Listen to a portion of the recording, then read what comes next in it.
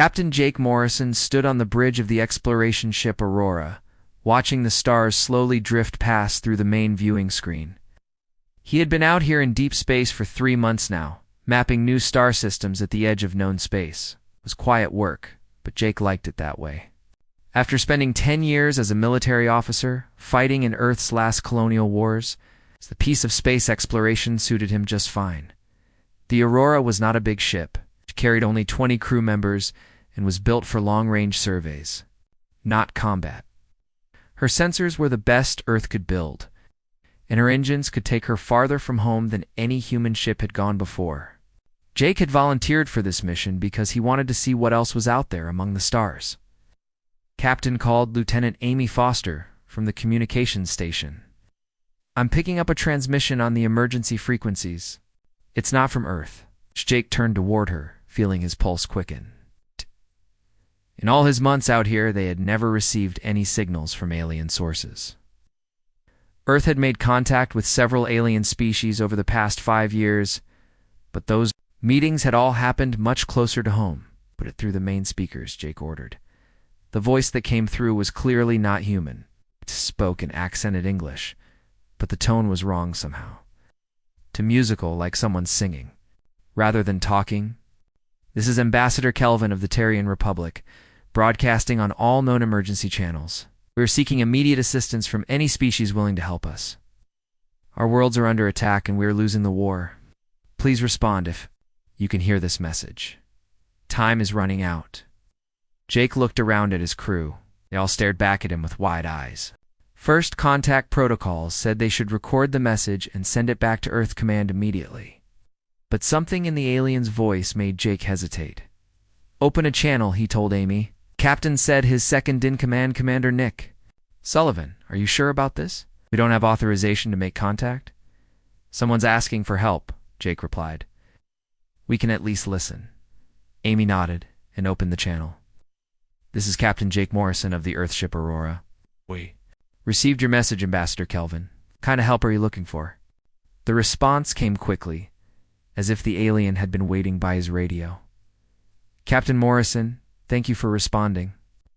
I am transmitting my location to you now. Please, can you come to our coordinates?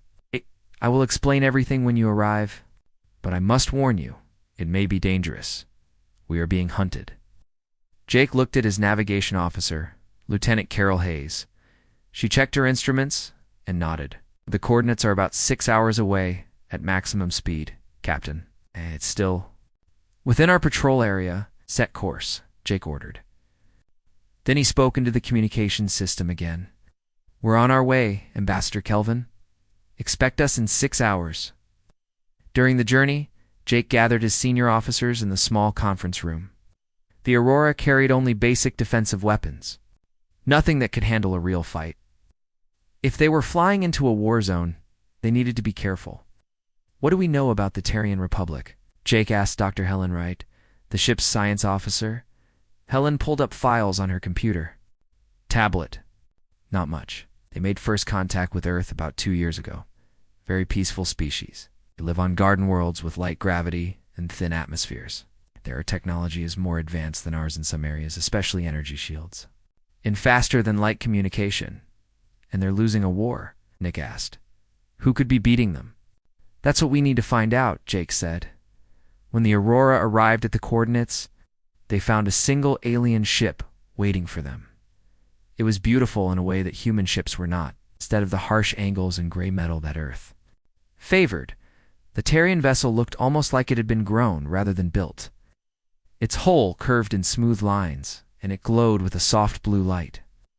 "They're requesting permission to come aboard," Amy reported. "Granted," Jake said. "But keep our shields up and weapons ready, just in case."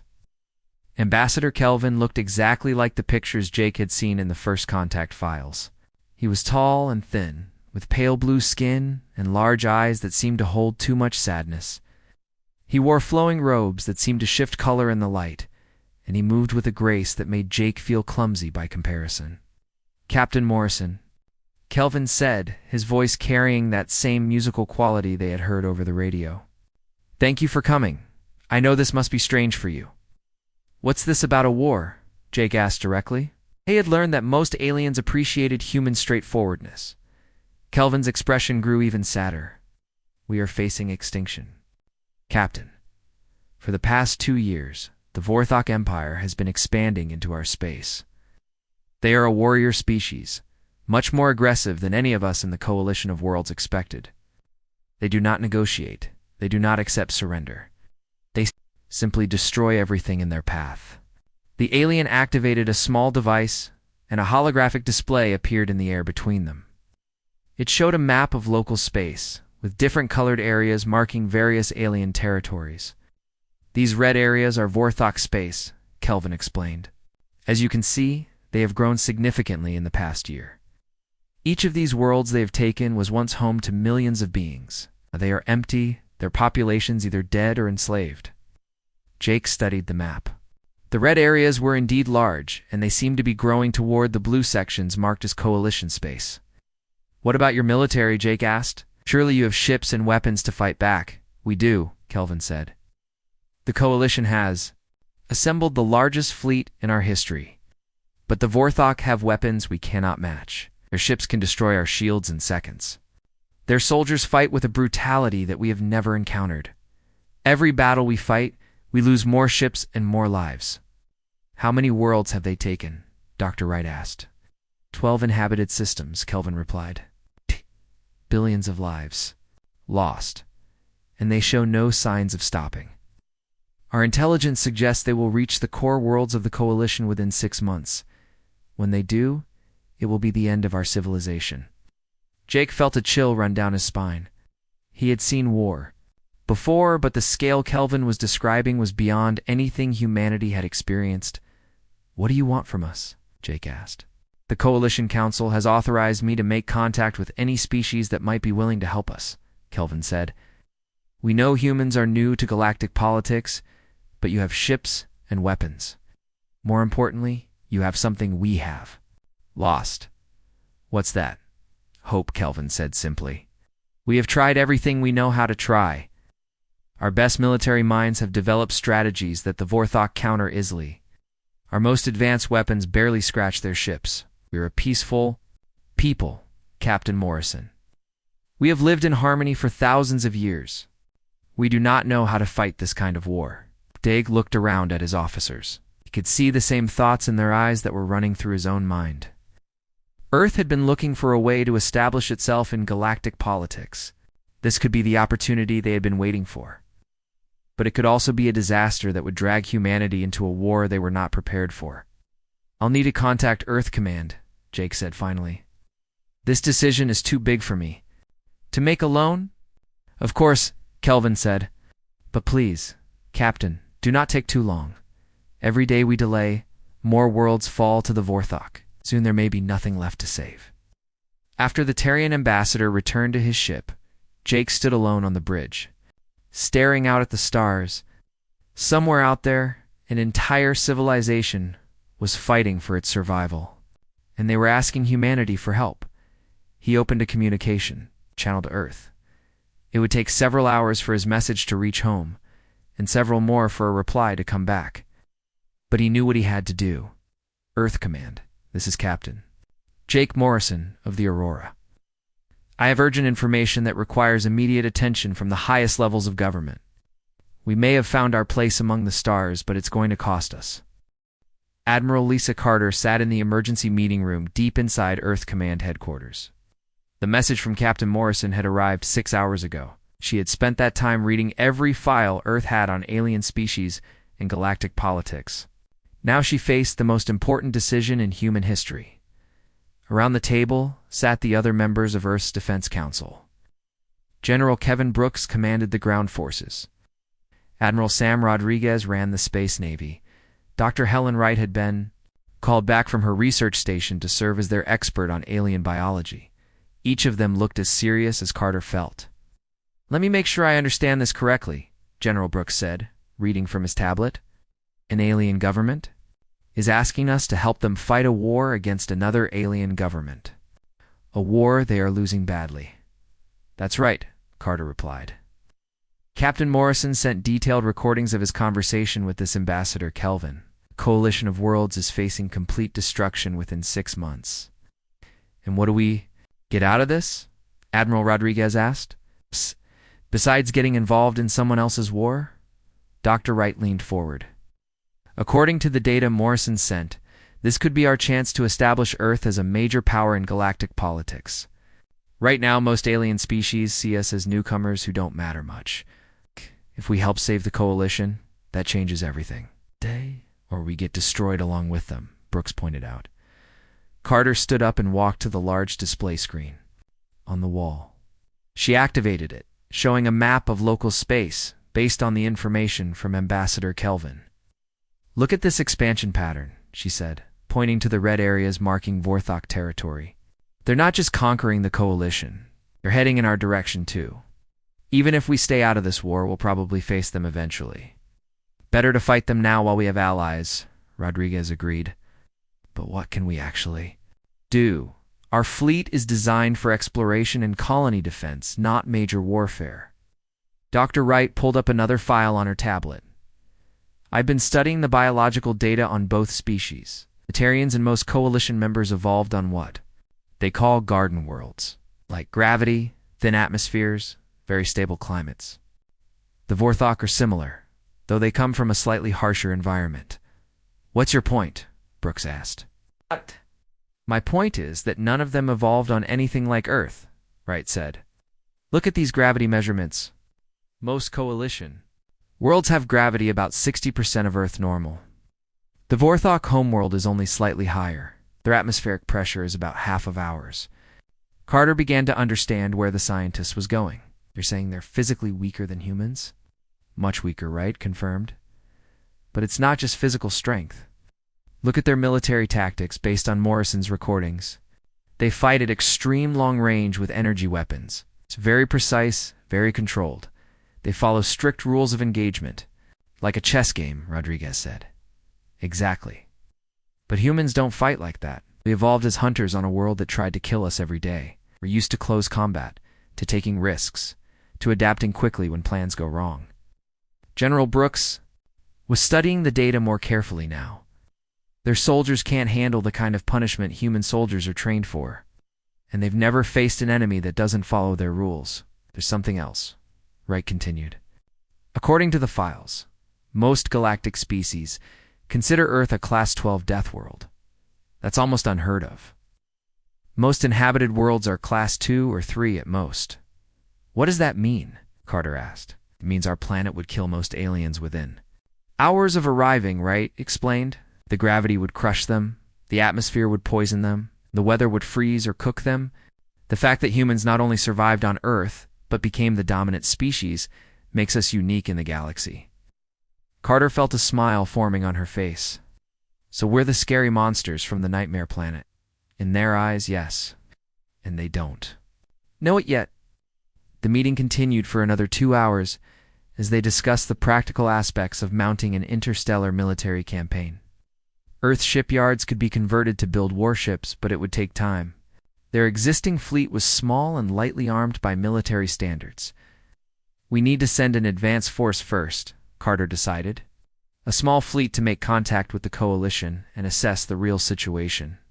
If we're going to do this, we need to know exactly what we're facing. I'll lead the reconnaissance mission, volunteered Colonel Ryan Pierce, who had been quietly listening from the back of the room. Pierce commanded Earth's elite special forces and had more combat experience than anyone else in the room. Take the Ranger into escort ships, Carter ordered. Your job is to observe and report back. Don't engage the enemy unless you have no choice. Understood, Pierce replied. Over the next 3 weeks, Earth transformed. News of the alien request for help spread quickly, and public opinion was divided. Some people thought humanity should stay out of galactic politics. Others saw it as Earth's chance to become a major power among the stars. But in the military, bases and shipyards around the world, there was no debate. Engineers worked around the clock to retrofit existing ships with heavier weapons and armor. The designs they came up with would have horrified most alien species. Where coalition ships relied on energy shields and precision weapons, Human ships carried thick metal armor and massive kinetic weapons that fired solid projectiles at incredible speeds. Marine Colonel Beth Palmer trained the first expeditionary force at bases in Australia and Alaska. She chose harsh environments deliberately, knowing that what was difficult for humans would be impossible for most aliens. Her soldiers learned to fight in conditions that would kill their enemies before the battle even started. Dr. Wright worked with Earth's weapons, designers to adapt human military technology for space combat. Nuclear weapons, which most galactic species had abandoned as too destructive, became a key part of human strategy. Chemical explosives, kinetic penetrators, and good old-fashioned bullets filled the weapons lockers of human ships. The aliens fight with fancy energy beams, Wright explained to a group of military engineers. We fight with rocks and sharp sticks. But our rocks are moving at 30 kilometers per second, and our sharp sticks are made of depleted uranium. Meanwhile, Colonel Pierce's advance force had reached coalition space. His reports painted a grim picture. The Vorthok were indeed winning the war, and they were doing it through sheer technological superiority. Their ships could destroy coalition vessels from ranges where the coalition couldn't effectively fight back, but Pierce also confirmed Dr. Wright's theories about alien physiology. During a brief encounter with a damaged coalition ship, his medical officer had examined injured Terrian crew members. They were indeed much more fragile than humans, and they showed signs of stress just from being in the higher gravity of the human ship. The good news is that we're tougher than anyone expected, Pierce reported. The bad news is that the Vorthok have weapons that can destroy planets. If they decide Earth is a threat, they could glass our homeworld before we even know they're coming. Admiral Carter read Pierce's reports in her office late at night. Outside her window, she could see the lights of the expanded shipyards where the first human battle fleet was taking shape. In 6 weeks, she would lead that fleet into alien space to fight in a war that could determine the future of human civilization. She thought about the responsibility she carried. If she succeeded, humanity would become a major power in galactic politics. If she failed, Earth itself might pay the price. But as she looked at the technical specifications for the new human warships, Carter felt a cold confidence settling over her. The aliens had asked for help from humanity, not knowing what kind of help they would get. They were about to find out that when humans went to war, they didn't fight fair. They fought to win. The first human battle fleet, led by Admiral Carter, aboard the flagship Enterprise, launched from Luna Base on a Tuesday morning. As they accelerated toward the edge of the solar system, Carter opened a fleet-wide communication channel. All ships, this is Admiral Carter. We are going to war not just to help our new allies, but to secure humanity's place among the stars. The enemy has never faced anything like us before, so make sure they remember the lesson. Behind them, Earth continued its preparations. More ships were being built, more soldiers were being trained. And in research facilities around the world, scientists worked on weapons and technologies that would have seemed like magic to earlier generations of humans. The Deathworlders were coming to war, and the galaxy would never be the same. Admiral Lisa Carter stood on the bridge of the Enterprise as her fleet dropped out of faster-than-light travel at the edge of Terrian space. Around her, 12 human warships spread out in formation. They were not the largest ships in the galaxy, but they carried weapons and armor that no alien species had ever seen before. Admiral called Lieutenant Amy Foster from the communications station. I'm receiving multiple distress signals from the inner system. It sounds like there's a battle in progress. Carter moved to the tactical display and studied the sensor readings. Red blips marked unknown ships near the fourth planet, while blue markers showed what had to be coalition vessels. The blues were retreating, and several had already gone dark. That must be Sanctuary, said Commander Nick Sullivan, reading from his intelligence files. It's a Terrian border world, with about 2 million civilians. How long until we reach the battle? Carter asked. At maximum speed, 18 minutes, replied the navigation officer. Carter made her decision quickly. This was why they had come. All ships, battle speed. We're going in. The human fleet accelerated toward the battle, their engines pushing them faster than most alien vessels could safely travel. As they got closer, the tactical picture became clearer. 12 Vorthok warships had surrounded 6 coalition defenders. The alien battle was being fought at what humans would consider extreme range, with both sides firing energy beams across thousands of kilometers of space. "Look at that," Sullivan said, pointing at the display. "They're fighting like it's some kind of formal duel. Either side is trying to get close or use surprise tactics."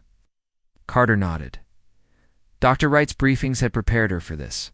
Most galactic species fought wars like elaborate games with rules and traditions that limited how aggressive they could be. Humans had no such limitations. "All ships, close to effective range," Carter ordered. "Target the Vorthok vessels harassing the civilian evacuation ships." Admiral called the weapons officer. "The Vorthok ships are 30 kilometers apart. That's practically touching distance for their weapons, but we'll be right in the middle of their crossfire." "Good," Carter replied. "Maybe they'll hit each other."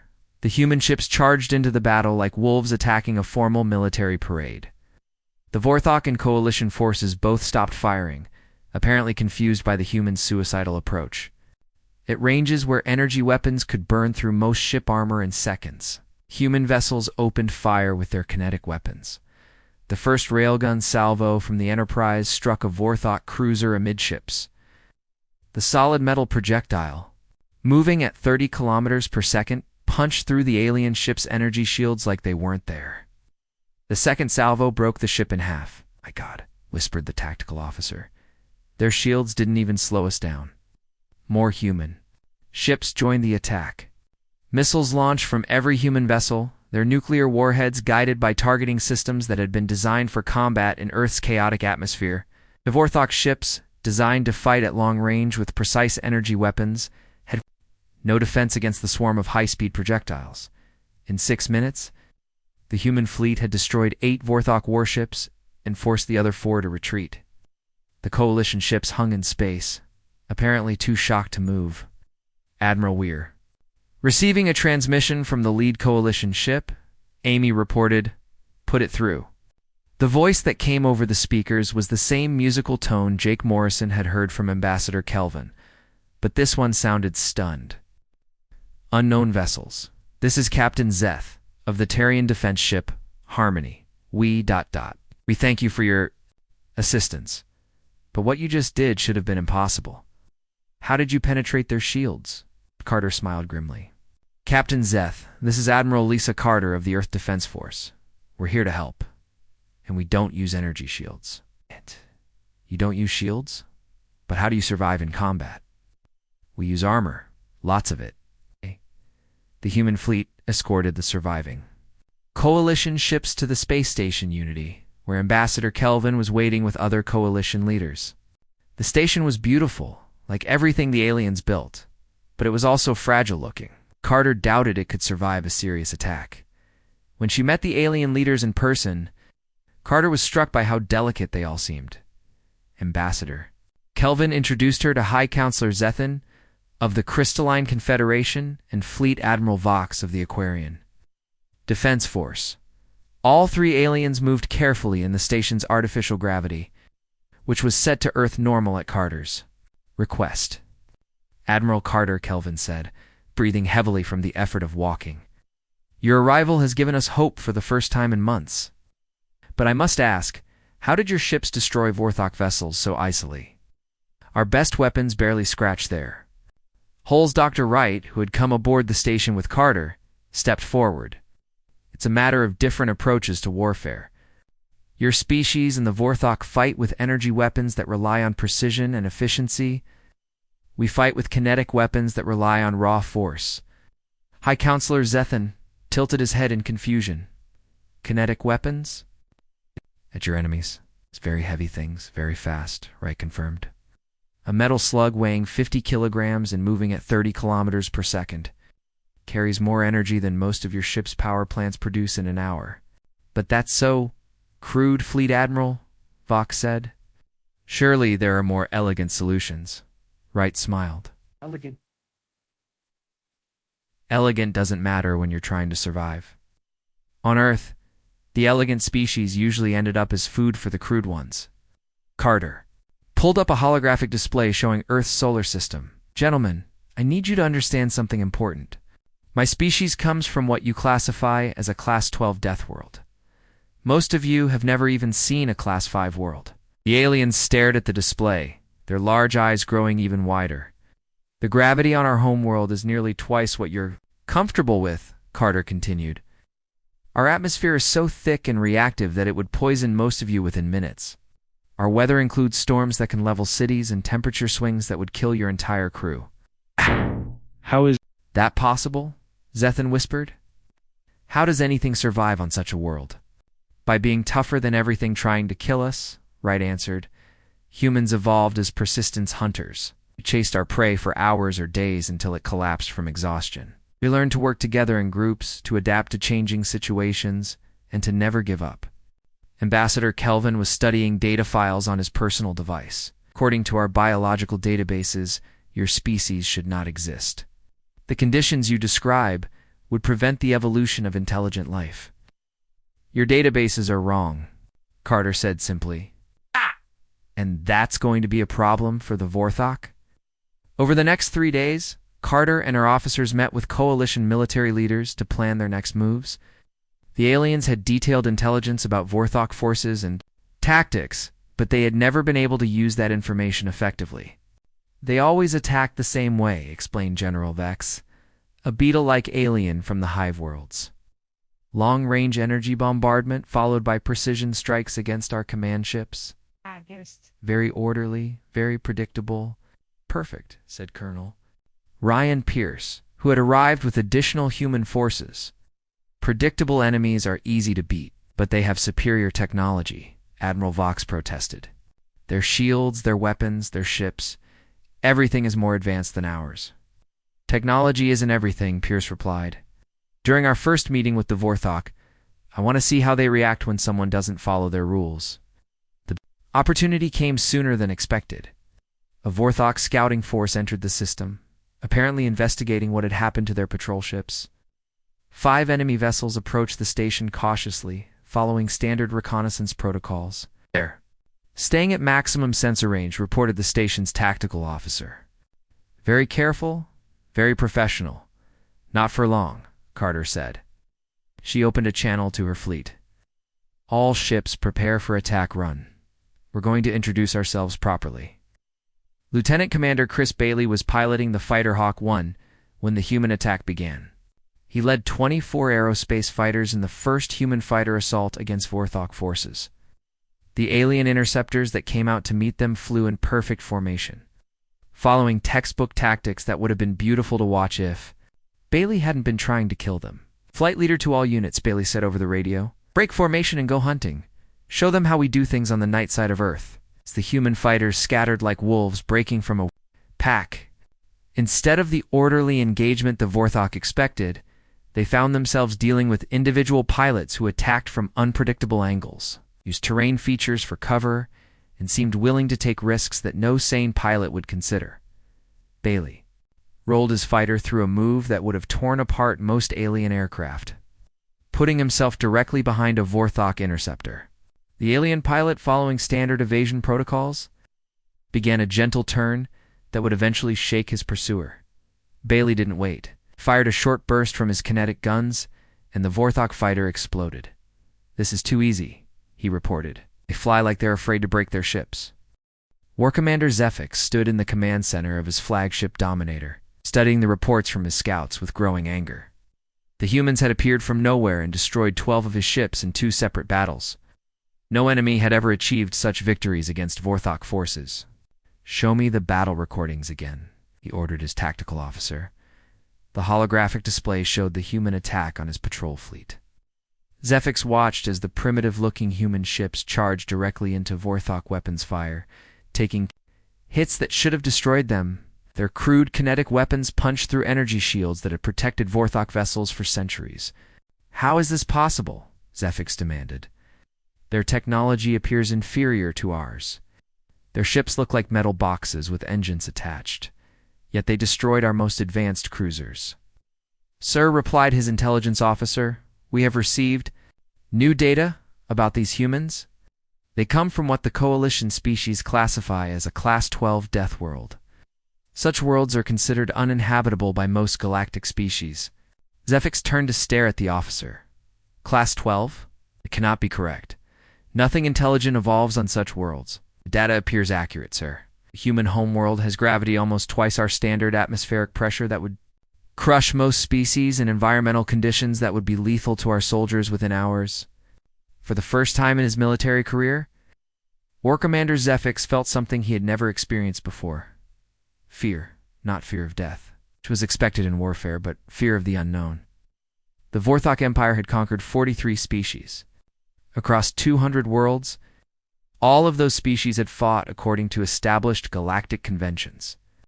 All had eventually surrendered when faced with superior Vorthok technology and discipline. These humans were different. They fought like wild animals, with no regard for proper military protocols. Worse, they seemed to enjoy it. Prepare the first fleet, Zefix ordered.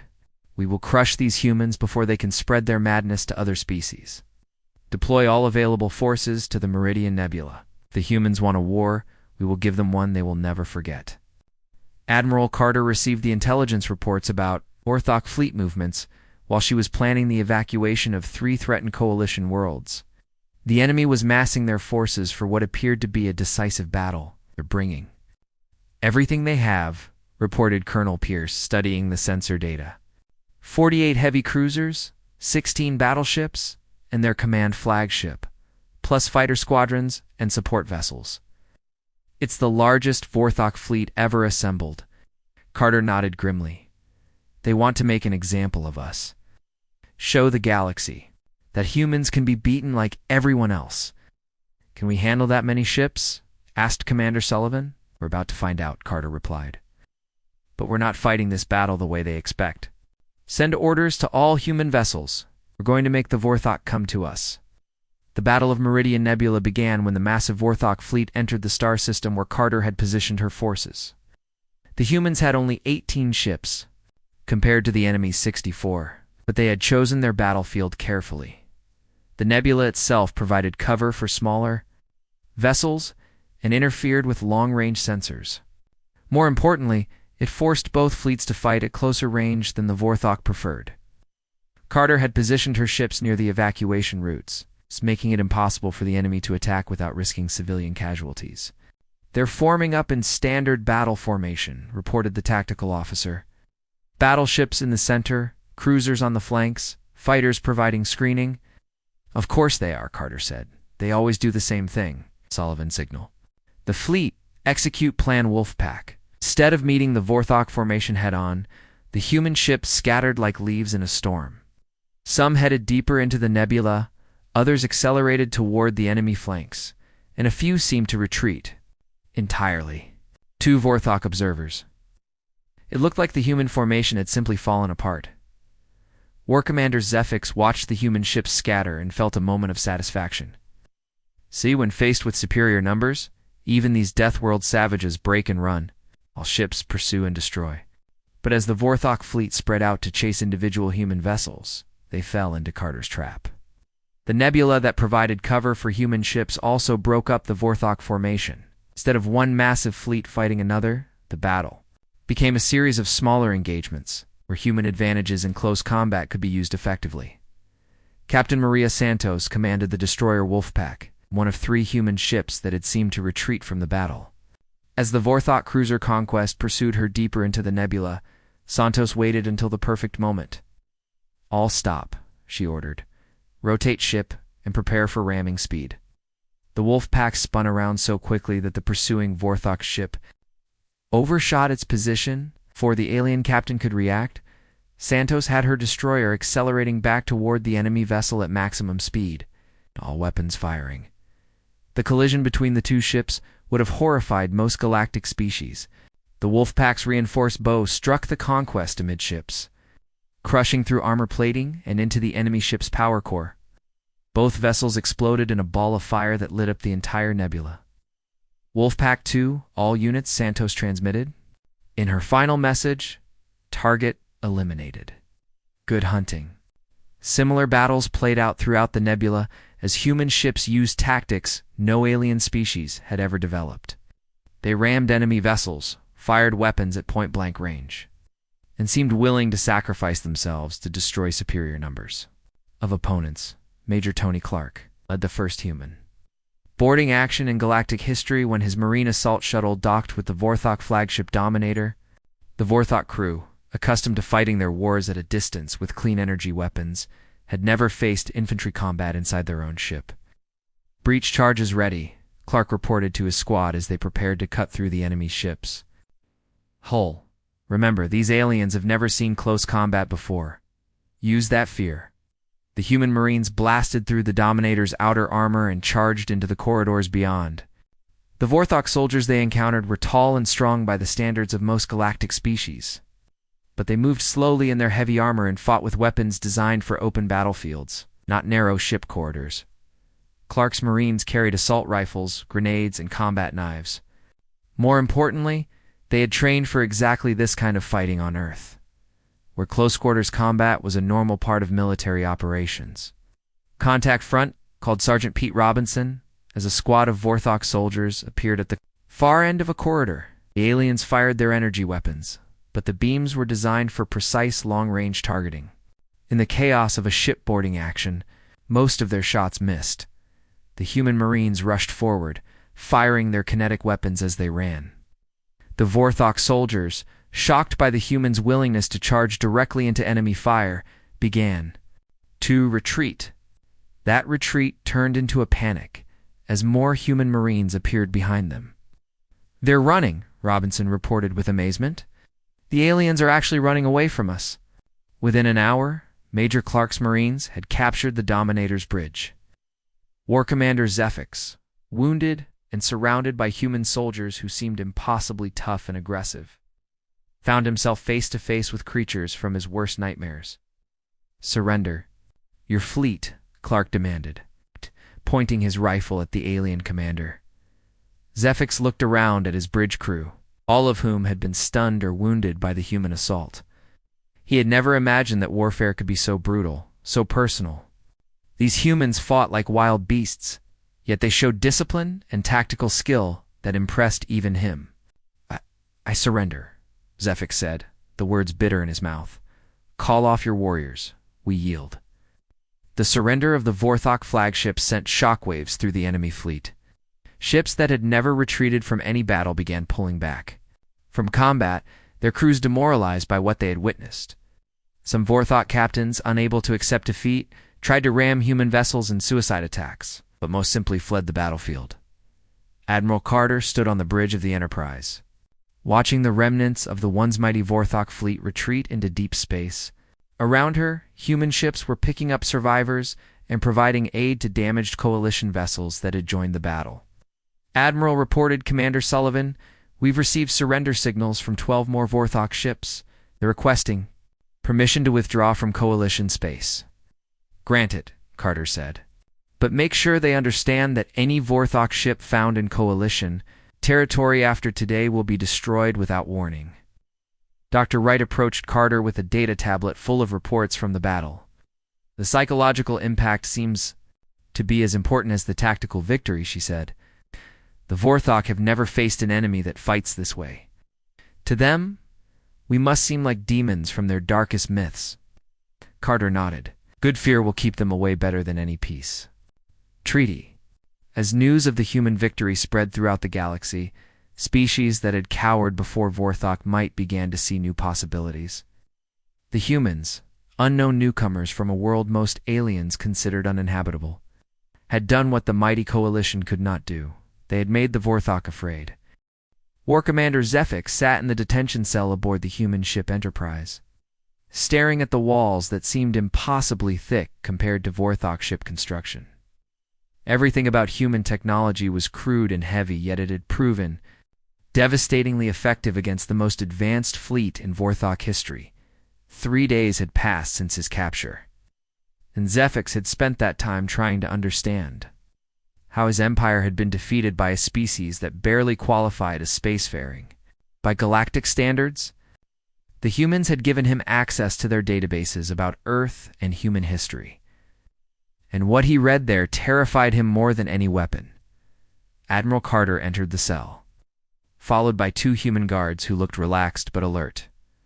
even in captivity. Zefix found himself impressed by their confidence. These creatures showed no fear, even when dealing with an enemy commander who had conquered worlds. War Commander Carter said, taking a seat across from him, "I've come to discuss the terms of your Empire's surrender." Surrender? Zefix looked up sharply.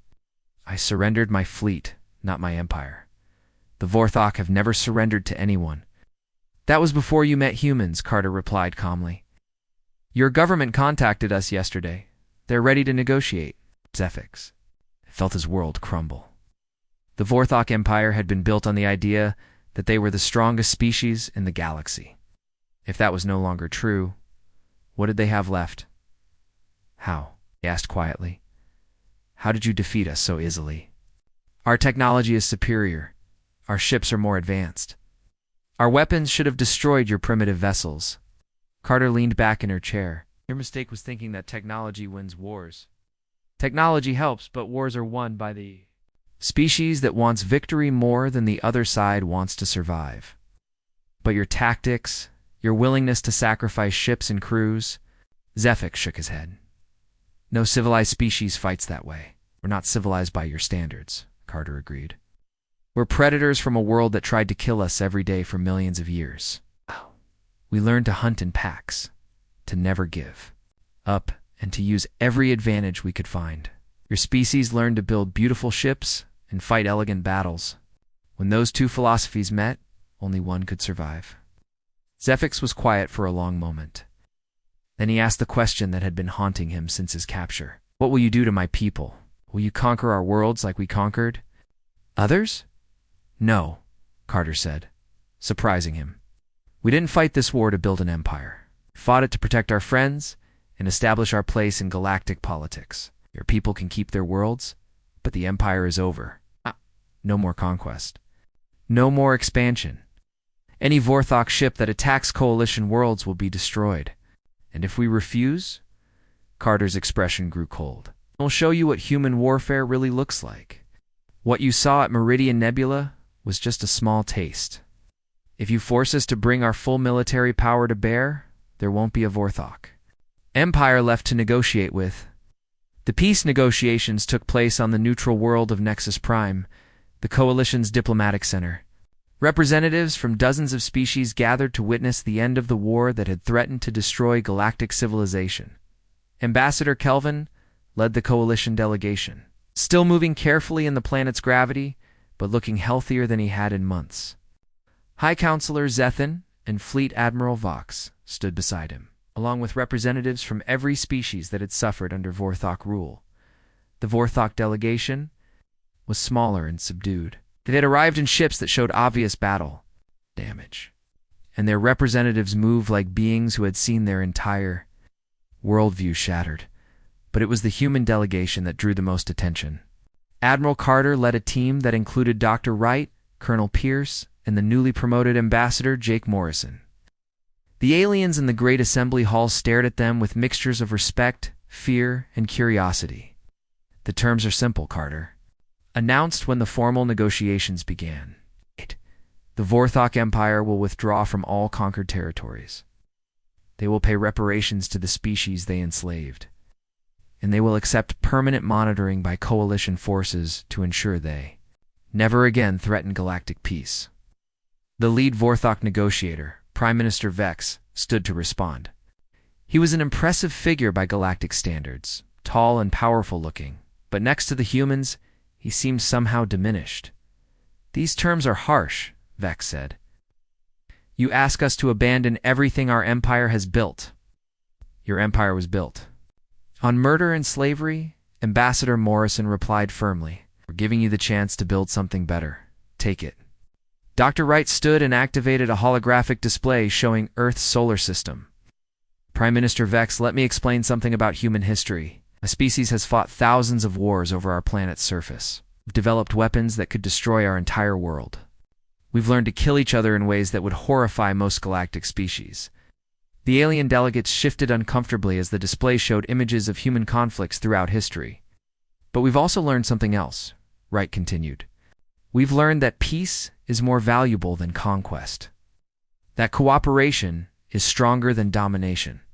That's why we're here offering you a chance to join galactic civilization instead of simply destroying you. High Counselor Zethan spoke up from the Coalition side. The humans have shown mercy that the Vorthok never offered to us, suggest you. Accept their terms while you still can? The negotiations continued for 3 days, but the outcome was never really in doubt. The Vorthok had no choice but to accept human terms. Their military was broken, their expansion had been stopped, and their people were beginning to question the wisdom of their former leaders. When the peace treaty was finally signed, it marked the end of the largest war in galactic history. But more importantly, it marked the beginning of humanity's role as a major power in galactic politics. Commander Nick Sullivan led the peacekeeping forces that supervised the Vorthok withdrawal from conquered worlds. He was amazed by what they found as they liberated planet after planet. The Vorthok had ruled through fear and superior technology, but they had never bothered to understand the species they conquered. They treated their subjects like machines, Sullivan reported to Admiral Carter during one of their regular communications. No attempt to understand their cultures or needs, just orders backed up by the threat of orbital bombardment. And now, Carter asked, now they're learning what happens when the threat is gone. Some worlds are celebrating. Others are trying to figure out how to govern themselves after decades of Vorthok rule. It's going to take time to rebuild. The process of rebuilding extended far beyond the former Vorthok territories. The entire galaxy had to adjust to the new reality of human power. Species that had never heard of Earth suddenly found themselves studying human culture and technology, trying to understand how Deathworlders thought and fought. Captain Maria Santos, who had survived the destruction of her ship at Meridian Nebula, was given command of the new destroyer Wolverine and assigned to patrol the border regions. She found that most alien pirates and raiders had suddenly become much more interested in peaceful trade when they learned that human ships might be in the area. Word travels fast out here, she reported during a staff meeting on Nexus Prime. Every smuggler and raider in 3 sectors has heard about what we did to the Vorthok. Most of them are finding honest work. Dr. Wright established the Galactic Species Research Institute on Nexus Prime, where scientists from dozens of worlds came to study the implications of Deathworld evolution. Her discovery that Earth was not unique, that other Class 10 and higher worlds might harbor intelligent life, launched a new age of exploration. We're not alone, she explained to a gathering of Coalition scientists. There could be dozens of species like humans scattered across worlds we've dismissed as uninhabitable. Species that evolved under conditions that made them stronger, tougher, more adaptable than anything we've encountered before. The thought was both exciting and terrifying to most galactic species. If humans were an example of what Deathworlds could produce, what other surprises might be waiting among the stars? Ambassador Morrison stood in his new office on Nexus Prime, looking out at the busy spaceport, where ships from hundreds of worlds came and went every day. Earth freighters carried human goods to distant markets. Human passenger liners brought tourists who wanted to see the famous Deathworlders for themselves. Human warships patrolled trade routes that had been plagued by pirates for centuries. A chime announced a visitor, and Morrison turned to see a young human woman in a Coalition uniform. Lieutenant Carol Hayes had been assigned as his assistant. After showing remarkable skill at understanding alien cultures, "Sir," she said, holding a data tablet, "we've received 3 more requests for human assistance. The Merchant Guild wants help dealing with raiders in the Outer Rim. The Crystal Confederacy is asking for military advisors. And there's a species called the Zentari that claims to be under attack by something called the Shadow Fleet." Al Morrison smiled. 3 more opportunities to show the galaxy what humans can do. Schedule meetings with all of them. As Hayes left to arrange the meetings, Morrison returned to his window. In the distance, he could see the construction of new human facilities. On Nexus Prime,